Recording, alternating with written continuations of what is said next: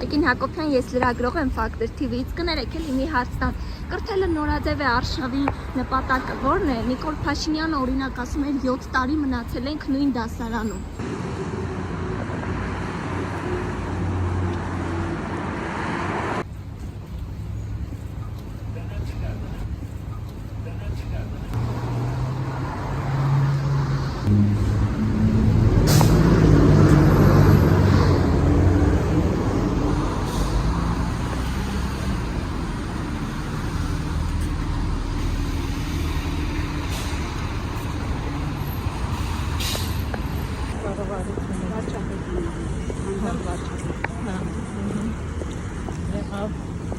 Տիկին Հակոբյան, արցախցիների մասին ինչ եք մտածում նրանց վերադարձի։